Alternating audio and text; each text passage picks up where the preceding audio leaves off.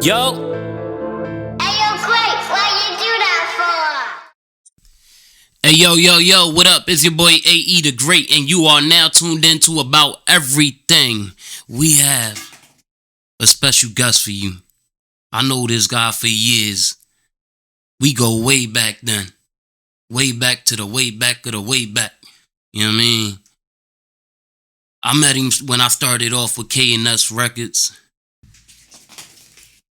My man's an artist. My man's a DJ. My man's a producer. My man's a performer. My man bring you anthems. My man could rap for you, bring you party songs. He could rap for you, bring you songs about presidents and everything. You know what I mean?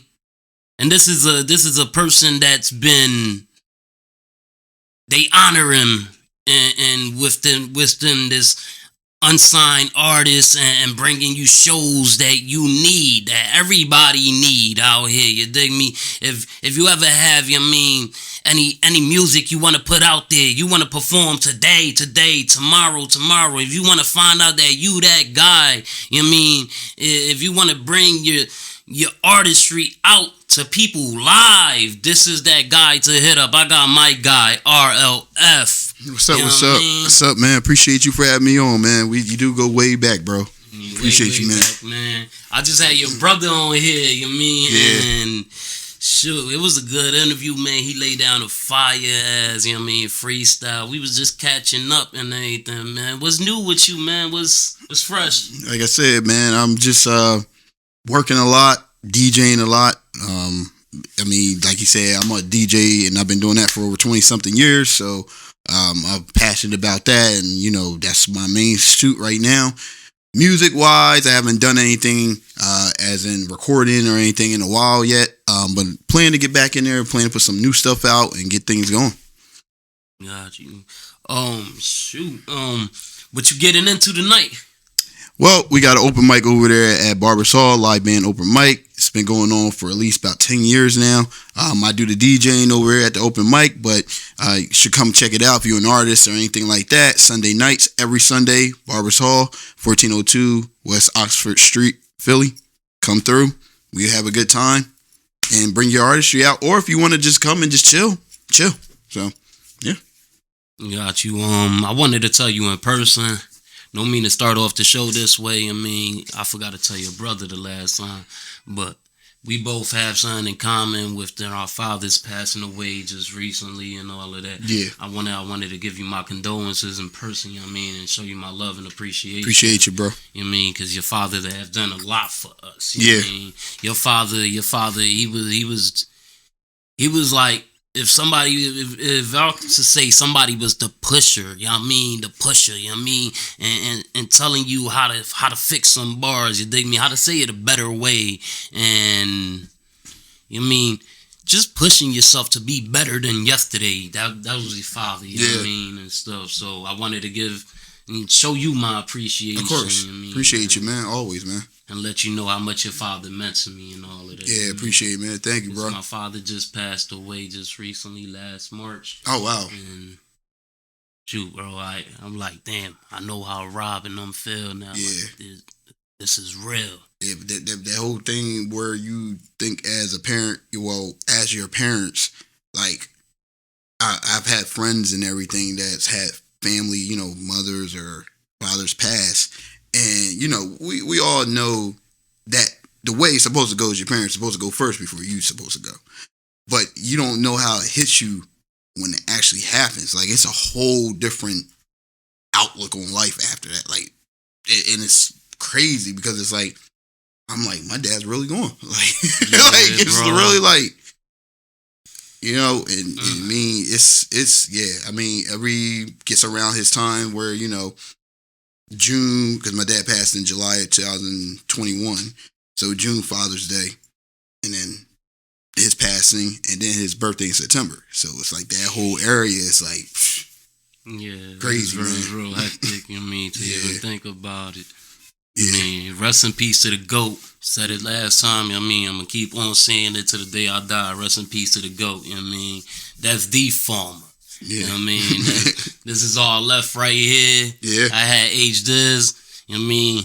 Wish I could complete with having all the Farmer Boys on my show, you know what I mean? But we got him here in spirit, so now we complete, you know what I mean?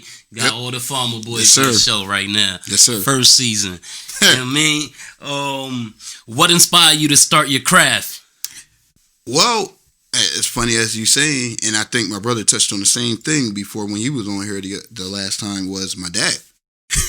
Like, my dad was a DJ for a long time. He's DJ professionally on the radio and just always had a passion for music. So what ended up happening was in '03, he got me into DJing. So DJing was first.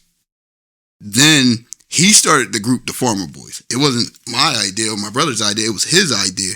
Started The Farmer Boys in 2006. We had reunions that we was making music for, and my dad was like, let's just put a little 5-song album together and, you know, give it to the people at our reunions. Still Fan Reunion, shout out to them. That's the family right there, but that's what we started off doing with. And then from that point on, I was like, look, Dad, we might as well do something with this, you know. And just so happened, he was like, you know what, go ahead, whatever you want to do, I'm behind you with it. So my dad, it's the catalyst for this whole thing. Like, so your dad taught you off by the core root of hip hop. Everybody that don't know, the core root of hip hop is DJing. Yeah, you dig me? So, what year did he? From what you remember in the back of your head, what year he taught you how to start DJing? 2003. 2003. Mm-hmm. All right. Yep, I remember that. And ever since then, you've been doing gigs DJing. Yes, sir. Ever since that. What was the hardest thing learning? Like the hardest task learning DJing? I think the hardest task, one of them, I think there's two. One, knowing your music. And two, knowing your crowd. There's a third one, which is knowing your equipment, which is, you know, you have to know your equipment to understand how to, you know, what you can do, what you can't do, you know. But the knowledge of the music and the audience, two biggest things, because both of them go hand in hand. You don't know music like that, you can't do every type of crowd or different crowds because you don't know all types of music, which then limits your ability to make more money, to get more gigs and all that. But then on the other side, if you don't understand the crowd, you'll play something you think is working is not working. So people look at them like, yo, what are you doing? Like, so I would say those two things is tough, is knowing music and knowing your crowd. If you get those two things down pat, you can do anything as a DJ. Got you. What separates you from other artists? I would say that I don't, and for one, in my music, I don't curse in my music. I don't demeanor nobody in my music. I don't do any of that stuff. My music is supposed to be about uplifting people, try to do better for people, being positive about the outlook on life. You know, we don't have a lot of that, especially today and the way the music is right now. And, you know, you try to be that one person that's different and try to say, hey, look, we got the younger guys that's coming up, and you know, stuff is just crazy right now for them. So it's like, we got to lead the example of like, look, our music is, people are influenced by music, you know, so why it's what you want to do with your craft. And to me, I'm like, look, we have a bad stereotype on hip hop the way it is right now, and somebody got to be different. Somebody has to be the difference maker. And, you know, if you do that, to me, you know, what I'm doing, I mean, I put my foot in doors, got in places where the average hip hop person or wherever it was would never even get in to perform and get paid for this gig and all this, because they think go with the status quo, what's going on. It's like, I want a broad audience. I don't want just this specific type of audience. I want a broad, so everybody can pick up my stuff and listen to it. Everybody can do it. You want a nice stuff. Wide range. You know right. The more versatile you are, the better. Again, it comes down to how much you can make. It goes down to where you can be performing at, you know. It just being versatile, you know. And, you know, when you have people, one thing that I'll say about you, when we was coming up on KNS scene, You had 3 things that I'm like, 2 of them I'm like, I should have had, and I don't have it. You sing, you dance, and you rap. Yeah. I just rap. I might have had a couple moves here and there, but it wasn't like you, man. Like, but you DJ. But you DJ. Well, yeah. I mean, I'm just saying though, at the same time, like in your performance at the same time. So you did all 3 of them. When you know, depending on, you could switch up the flow in the song, do this. You sing your own hook or sing your own, you know, part of the bridge or something like that. Then you start rapping at this part, and then you get a break, and then you got your dance moves, you know, the dancing and all that stuff. You had the whole package. Yeah. I'm sitting up here like, I was like, yeah, man. like what we was talking about earlier and stuff. Like, you mean, like you say how I rap, sing, dance, and all of that while I'm performing. Yeah. I want to see you scratching on stage while you performing and everything, rapping your songs like in the middle of the cut while you got the feature. You just sitting there scratching while they rapping their verses. Right. See, I want to see you DJ while you put that into your performance and everything. I mean, that's something to acquire. Because that's some DJs out there, like we was talking about, like they say they DJ, they say they produce, but they don't DJ and produce. They don't be DJing on stage while they artists is performing their music or while they performing their music. Yeah. It's fake DJ stuff. You mean you know how to DJ, you know how to switch the tempos and all of that, John, and match tempos of the songs. Yeah. You know what I mean? So I would like to see you DJ while you rap some of you mean. Yeah, I would go pay for that show. Show, see all the Farmer Boy classics, you know what I mean? See you DJ as you perform. Right. You know what I mean? Yeah. So as far as when you're doing your music, is you like writing or freestyling? No, writing, definitely writing. Freestyling ain't my strong suit. And I'm just being real with it. Yeah, you'll never see me on no sway or all that stuff. And they be like, all right, drop the beat. I'm gonna do something for you today when we get to that point. But I ain't know. I tell people I ain't that best of the freestyle. All my stuff has to be written because I gotta make sure it makes sense, sounds right. Plus, then I start memorizing like a freestyle. Some people are good enough they can remember a freestyle and then that's their song and then they can remember it. I ain't nowhere near that, so I ain't even gonna sit there and stunt on y'all.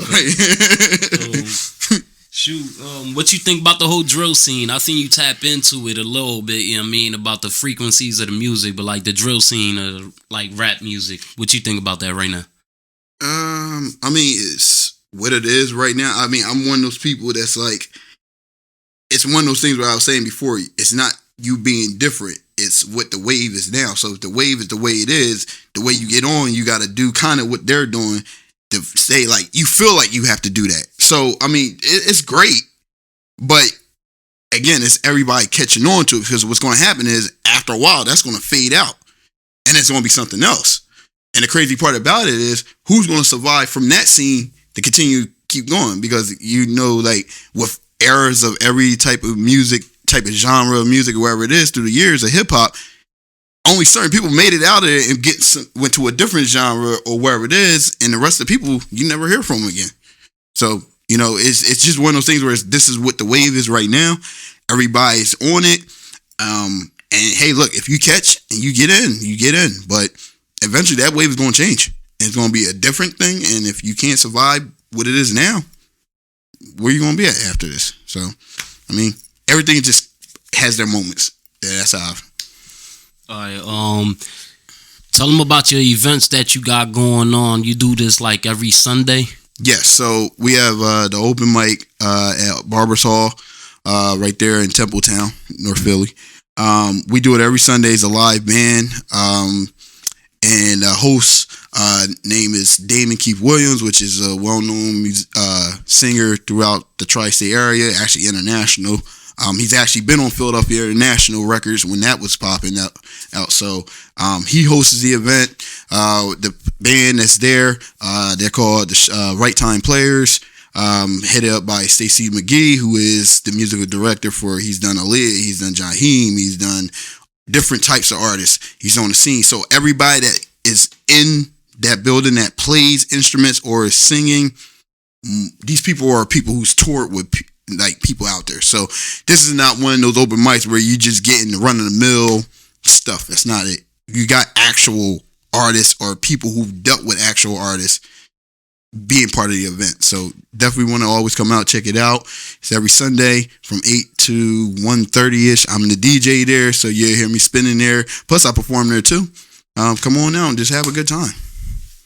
Yo, when I went there to perform one time, this was back then. Wow, I ain't gonna lie. And I mean, out of nowhere, they start playing. They start playing, you know what I mean? Right. I'm performing and all that, you know what I mean? So they start playing along to your beat. So out of nowhere, you got a whole live band playing behind you while you performing and everything, while you at the show with him and everything, Right. you know what I mean? So, and then from there, you also can network. Get your networking on. So as you get your networking on, voila, magic, you know what I mean? You be lit and direct with the whole networking thing, you know what I mean? Because they to come out and perform for you. You pay them the bag, they come out perform for you, and you know what I mean? You got a whole live band. So now your people looking at you different. Like, they gonna take you more serious this time. You know what I mean? Like, yo, he got a whole live band while he performing and all that. He not rapping with the track or with the layover vocals and all of that. Yeah. As far as that, what you think about that? People that rap on the tracks that got the vocals and the verses on it already, you know what I mean? So the average person, and this is me knowing as being sound and DJing and being in the music business for some time. People don't understand that when you rap with a track, now there's no problem with ad-libs on there, or if like your verse, or no, not your verse, your chorus part is on the song or the bridge or whatever it is, and you got the words there. But when you actually have the actual verses and everything through the whole song, there's a delay in the mic. There's a slight delay. And that's why sometimes the words sound muffled when you're rapping live, but you got the words on top and it sounds like it's mashed up and everything, because people don't realize there's a delay in it. The slight delay off of that mic being wireless, right? Yep. Most of the time it's because it's wireless. Yeah. And people don't understand that. So when you rap with your words on the song to the audience, they just hear, but they don't understand not one thing you're saying because there's that slight delay. So the words on the track is battling your actual vocals live. People don't realize that. No problem with having ad-libs. So ad-libs help out with your track. So you even might have it where you got a featured artist on the track.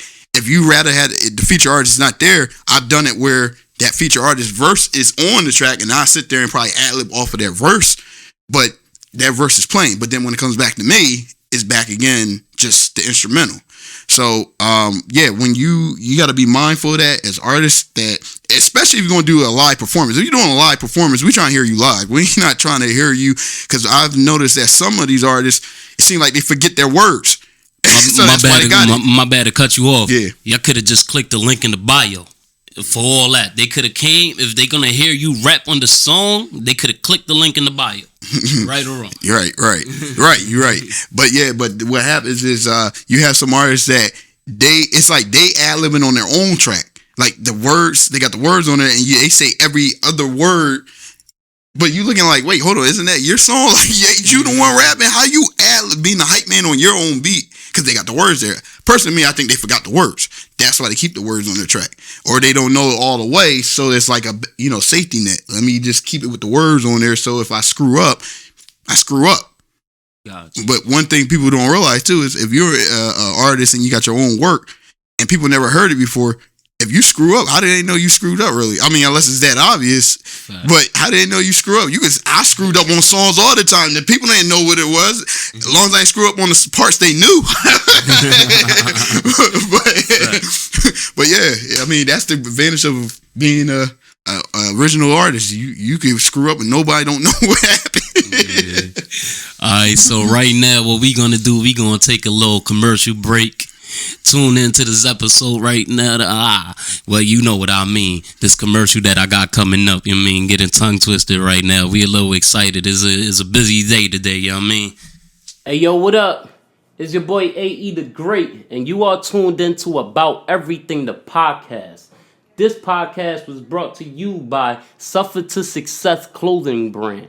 Hit them up on www.suffertosuccess.com and get in contact with Dave on Instagram, you dig me? Link right, boom, there. You know what I mean? Wherever you need to see it. And, you know what I mean? Get decked out. Hey, yo, what up? It's your boy AE the Great, and you back on About Everything, the podcast. You know what I mean? I got my boy RLF here.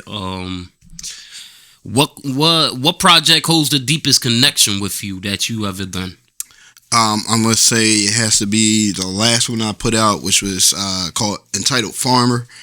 Came out in 2021. Reason why is because my dad passed in 2021, and my dad passed in the making of that project. So on that project, I have 2 songs that features my dad on there. And the craziest part about it is because my dad passed in July of 2021, that album didn't drop until December 2021. Those 2 songs, me and my father never performed it live ever. So I never even had a chance to see how that would go off with both of us performing the songs. So that album, since I dedicated it to him, and I have a song on there called Farmer, which is dedicated to him, which technically I was going to have him as a featured artist on that. But at the point in time, like I said, my dad passed in the process of the album being made. So then I just dedicated the whole entire song to him. So yeah, that album right there is probably the biggest album for me. What's the environment where you're from? I mean, so born and raised in Camden, New Jersey, but also raised in Pennsauken. I've been in Pennsauken, New Jersey longer, but born and raised in Camden. I mean, typical. I mean, I wouldn't say anything different from other places that, middle class and,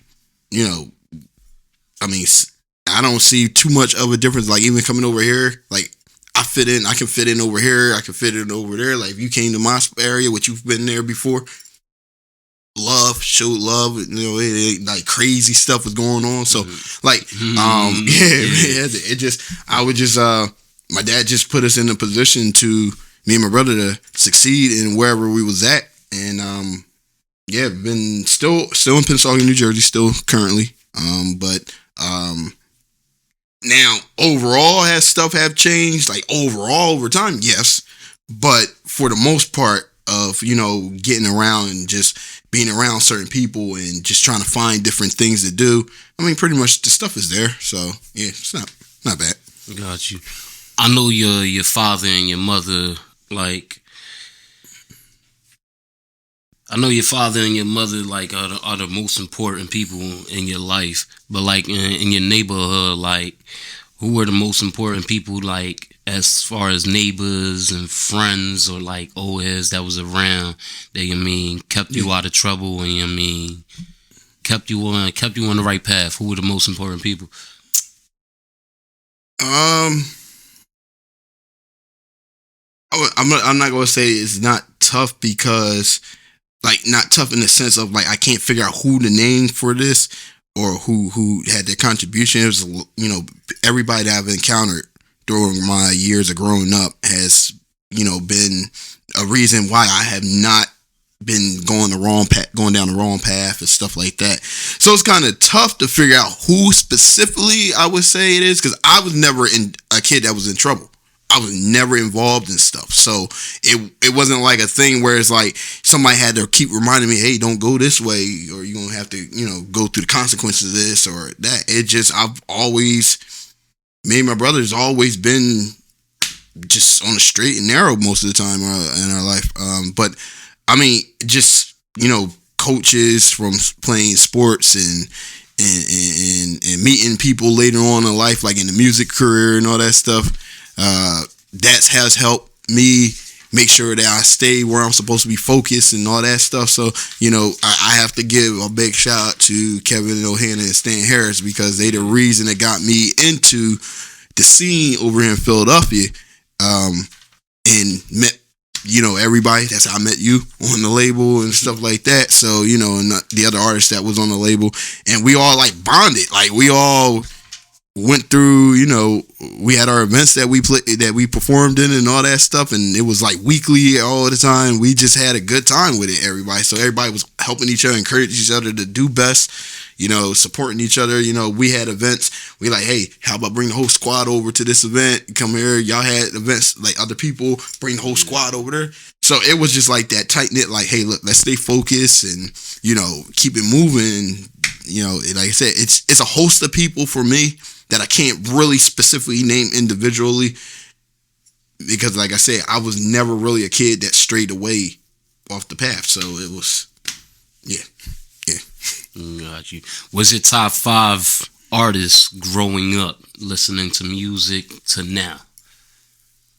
So you say, are you asking the whole from 2025 all the way down? All the way down. Like, if you was to mention, like, this era, like, this first 5 to 10 years of my life is this person, da-da-da-da, you mean? Okay. So, which is, people find this a little shocking, but hey, look, it is what it is, and I liked it. Probably the early 2000s area, like 90s, early 2000s era, late 90s, 2000. I was a huge Nelly fan. Nelly had it on lock for a while. He was everybody's favorite rapper for a minute. That's what I'm saying. But some people be surprised. I actually had put that out there before on Facebook. It was like, when they used to name that thing on Facebook, like top rapper, underrated rapper, overrated rapper, and you used to fill in the blanks. Well, I had put that on there, and a bunch of people was like, Nelly. Like, why would he be? Well, now I'm like, yo, do y'all understand what his influence was? hey, I want people to understand that was a time where Nelly was number 1, where Jay-Z was in the game, active. Lil Wayne was active. DMX was active. That's just 3 names. I'm just talking about 3 names where Nelly was on top. Those 3 names. Snoop was active. A lot of people was active when Nelly was, on top of the game, and that was a good 5-year run. Yeah. 5 to he did y'all favorite movies, Anthem, and to talk about it with so. And what a lot of people don't realize is that whole Midwest scene, if it wasn't for Nelly was kind of like the prototype of the Midwest scene. Yeah. And when they saw that Midwest scene actually was lucrative, to explode, because Nelly set that tone for it, then you got your people like your Kanye West is now coming out of that area. You got your people like Common been out before Nelly, so that was already there. But like all your Chicago rappers, all your like St. Louis rappers and all these people be able to stick out from all of them. Right, because it was just East Coast, West Coast, and down South. Gotcha. And that's all it was. It was really nobody in the middle. And they tested him to see if he had traction. He got traction. Now you got the Midwest is one of the hottest scenes to come out of. So that's one, right? Yeah. So that was one. I would say that. Jay-Z is another one. I'd definitely say that. Jay-Z. DMX, of course. DMX. Yep. Fact. That was another one. 3. If we talking about now more Lil Wayne, how could I not mention Lil Wayne? That was everybody was on Lil Wayne. Like that. Lil Wayne had it on Smash. Come on, man. All the Carters, all the you're like, come on, man. Like you can't not Wayne. Like if you don't like Wayne, something wrong with you. Like seriously. And then I would say in current times, that I'll put a 5th person in there for current times. Big Sean. Because Big Sean got bars. I'm sorry, I don't care who's it. That man, he say things I had to rewind stuff back. Like, wait, what the? He just say like, Big Sean is definitely like the last 10 years. I would say of now, Big Sean's been my top artist to listen to. But yeah, some Jones in here. Shoot, I asked you a lot of questions right now. Shoot. But yeah, we about to sign out of about everything the podcast. Any upcoming projects you got coming right now for people to stay tuned to? Yeah, so I've been like working on a project for almost 3 years and have not even continued to finish it, but I want this year to be the year that I actually drop this project. It's going to be my 3rd solo album. So I've already had 2 solo albums before. DeVille Records presents RLF, which was in 2019. And then 2021 was the Farmer album that was dedicated to my father. And then, so I haven't had anything out in some time, but I'm working on that right now to get back in and get something out. So y'all just stay on the watch out for that. I also am like in the process of trying to get some events together for this year, get some either open mics, some like showcases, all that, like get back into it. I used to do heavy before, like a couple years ago. Calm down on it a little bit, but I want to get back out there and start getting those back popping again for this year for people who, open artists, for anybody that's trying to get out on the scene, who's really trying to do something. I'm not saying that I'm the top of the game and everything. I'm not even saying that, but I've been in here long enough. I know some people. So, I got connections and stuff like to get you onto other things. So, definitely want to check that. Keep on the scene with that. I want to say this. If you want to follow me on any social media, I'm on Instagram at CamCity7 on Instagram. Check me out on there. And pretty much, just keep in touch. I always follow back. I always speak to everybody. I'm not a famous person yet, so you got the opportunity right now to continue to, have a conversation with. No, I'm just playing. But anyway, you know how everybody get Hollywood. Once they get Hollywood, they ain't talking to you no more. But anyway, but I'm always open. And if you got anything, I'm a DJ too. As I said before, I am a DJ. I do support original music. I play original people's work at events. So if you got anything that you want me to send, just hit me up, like I said, on Instagram, CamCity7. Hit me up. Tell me you got some music that you want to get out there, and we'll put it out there. I just want to make sure people understand, though, that depending on the music that you got, if you want to get it played, you got to make sure that certain ones you got to have it where you can play it anywhere, because I can't play everything everywhere. Just understand that. Make sure you clean your music. That's what he's saying right now. For people that's not understanding right now, make sure you clean up your music. Clean all the profanity out. If you're cursing, make sure you do a clean version and a dirty version. Right. And not just a clean version and a dirty version. You got to make sure you do your TV versions also. It's like take off your verses and leave your hooks. Yep. And just leave the ad-libs and everything, to the verses and while you're performing, so your ad-libs could be your ad-libs, and you could perform your stuff and you'll feel good and the performance will feel raw and pure, you dig me? But clean up the music, Clean up all the music and you'll be good, trust me. Yeah, he's not lying, because that's what happens with a lot of artists, is that you have the potential to have your music out there, but your music can't be played on certain things. So it's like you're kind of hindering yourself if you don't think about, hey, if I'm gonna keep my music, nobody's saying don't make the music that you don't make. What we're saying is have another version of it so that you can have it played everywhere. Places that normally you wouldn't be able to get into, you could get into now if you want to perform. That's what he was saying too about the having the ad-libs on there. You can perform your song and know where the words are going to come up at, and don't have to say the words while you're performing it, and you still do the song. But if you got the words on there, there's nothing you can do. Can't play the song. So yeah. God turn up, man. Any shout outs right now that you want to give the folks out there?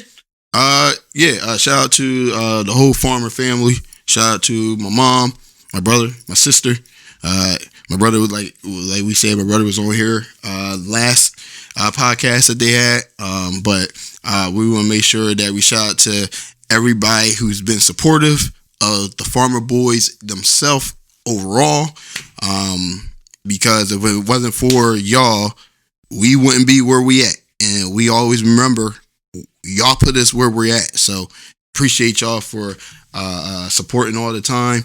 I would say my boy A right here, man. Lexus, bro, you always got me, man. I know that, man. Brother. I love you, always, man. And I shout out to you for letting me get onto this podcast and talk to the people and share my craft with everyone and stuff like that, and give an opportunity for artists to come out here and get on something and get their promote them and get them out there. Because like you said, you one of those people that support local artists. You support getting people out there and recognizing talent from people and all that stuff. So, we got to get more people like you to keep doing stuff like this, man. Yeah. All right, my brother, we about to sign out of this jump off. AE the Great, RLF on About Everything, the podcast. I'm going to bring him back and he's going to host an episode himself. I'm giving y'all little, sneak peeks and things of what I'm going to do right now. So, on the next season, after episode 10, you will see me getting interviewed by cameraman back there, the one and only, the Vision, Jay the Creator, so he will be back to do an interview himself. I'm gonna make sure he come back. So every guest that we have on the show is coming back to do an interview, and I would like to have you back to do an interview to somebody that of your choice. Bring nice. Somebody up here, real comfortable interview. Yeah. Get to put somebody on my platform of your choice. Appreciate you, man. I love you, my brother. Yeah. Signing out. You about to do a freestyle. Woo woo. Yeah. RLF for my boys. Let's go. Come on. Hey. They don't know who it is, boy, on the beat. Doing what I gotta do to get you out your seat. Make you wanna see what you see and get it going on. They don't know about me right now when I'm rocking with this song. What you wanna do? They don't like it. They know about me when I'm doing. They don't hide this. They don't know when I'm doing, cause I'm real good. Doing what I gotta do. Kansas City, my hood. Get you going to the beat. Everywhere, everybody wanna rock. They don't know about me on the beat, cause they won't stop. And everybody just know about the game. I got my city on my back like it's my last name. Now I'ma show you when I'm going on. They don't know about me when I'm doing in the zone. And if you wanna feel what I feel, then you getting. Everybody know about me while the boys stay spitting. Get you going, cause they get one type, one track. Know about me, bring it back. Real flows, keep it going. Know about me right now, cause I keep it flowing. Everything's coming down the bass. They know about when I do. I seen that look on your face. Now what you wanna get it going? They know I'm getting on. They know about me, cause you know I'm the zone. Get you rocking to the beat, right? Don't know about me right now, cause the flow tight. Make you wanna do things that you don't like. But I'll show you what I gotta do. I get a sight. They don't know about me, cause I'm rocking the thing. Everybody know about me rocking the thing. And if you wanna see it, get it going, that's right. They don't know about me right now, cause you know I'm just tight. Get your hey, hey, hey, hey.